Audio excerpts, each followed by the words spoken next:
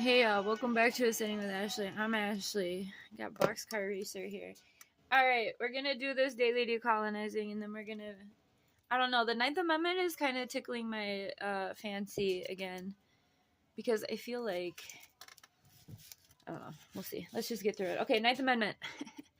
The unenumerated rights retained by people. Okay? The enumeration in the Constitution of certain rights shall not be construed to deny or disparage others retained by the people. All right. Enumeration, I had to look it up because I don't know these words. I don't talk like this. All right. This shit was written back in, what, 1700s? Okay. The action of mentioning a number of things one by one. All right. Or the action of establishing the number of something. Okay. So let's go back to the amendment.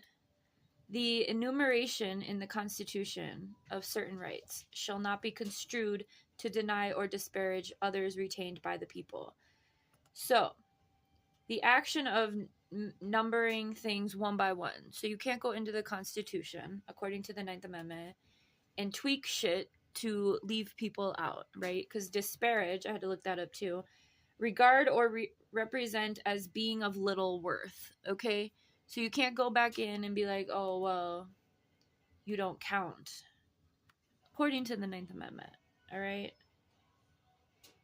I find that fascinating. And that's kind of giving me the motivation to continue looking onto the 6 other pages of fucking amendments. So we might keep going, but I don't know if I'm going to be doing this daily. I'm going to have to do it when I feel like it. So the prompt question for that amendment is, do you feel like that's done? Do you feel like that's been done? Do you feel like rights have been taken from people because they are seen within the system as little worth or not equal, right? Yes, we know that this was written in times of enslavement or slavery, and we know that the writers of this did have people that they had enslaved, okay? We know that these people who wrote this stole the land, okay? Or their, grandfathers or whatever. I don't know. Their lineage, okay? So, question still stands. Is this amendment upheld? Yes or no? All right, let's just go ahead and get the 10th Amendment out of the way.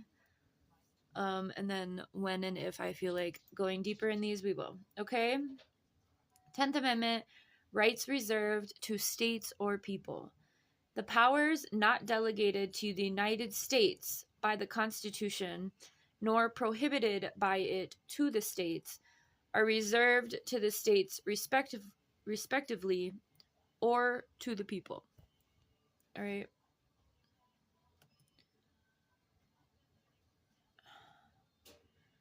Okay. I did look up the Ninth Amendment. Hang on.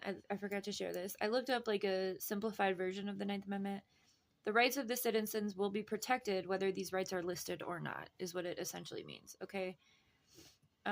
So again, thinking about the ways in which these systems have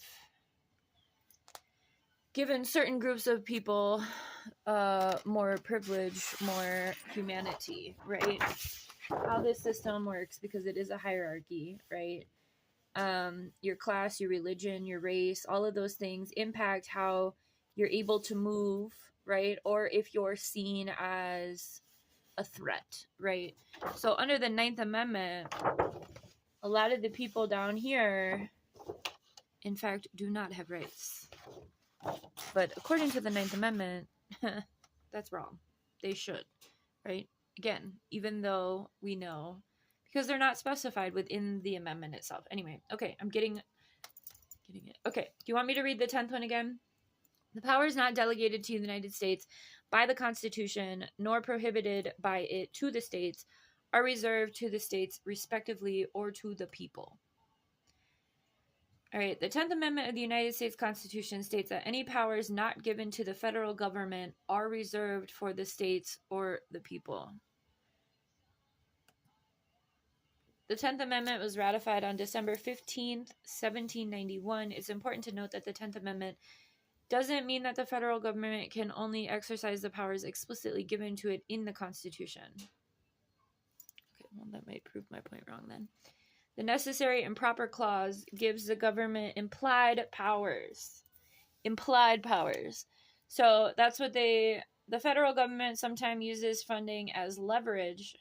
Wait, what?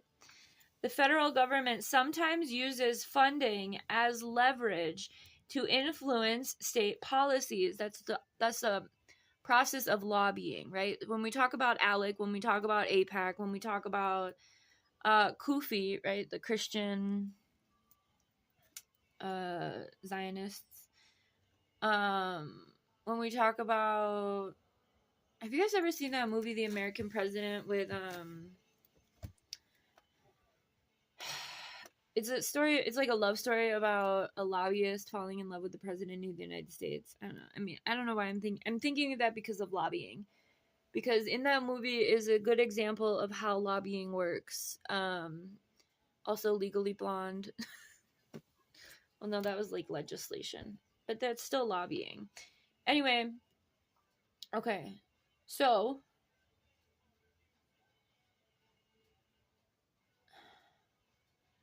Let's dive deeper quick into what implied powers could possibly mean.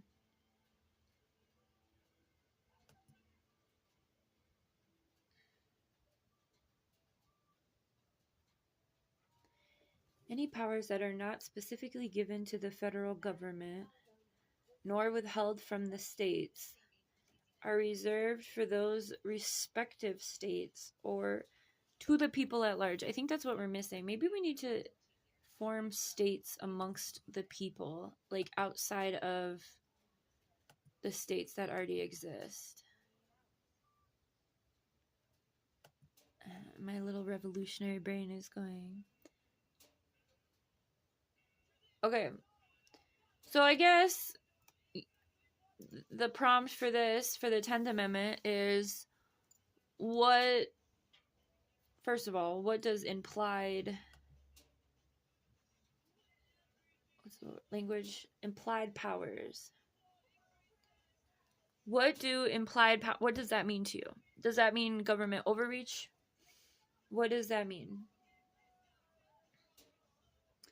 I think funding as leverage to influence state policies.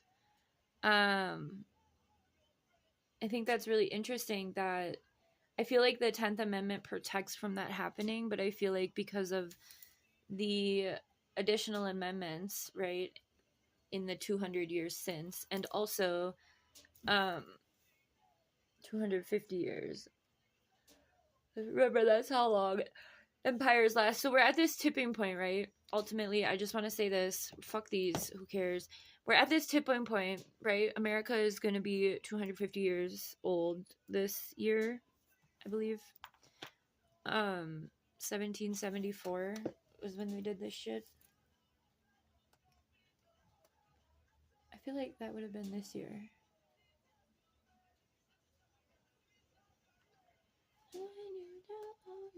Hang on. I gotta do math. I'm not good at math.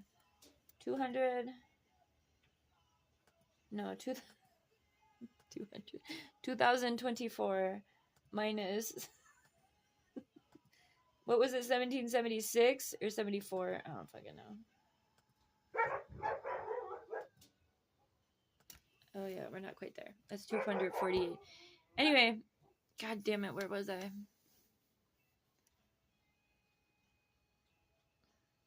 Oh, we're at this tipping point, right? Fascism is definitely here, right? Like, they've been building towards fascism. But remember, John Locke, who did the privatization of land, also wrote in the right of revolution, okay? And with the Luigi case right now, we're at this tipping point where class consciousness, collective consciousness, workers, right? Like Amazon... Woodstock, be quiet. Amazon is trying to unionize. I've seen like fast food workers the past couple weeks walking out on their shit, right? A lot of workers. So like this class consciousness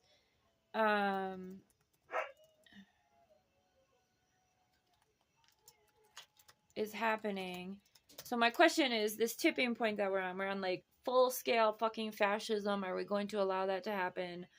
Or are we going to stand up and figure out how to utilize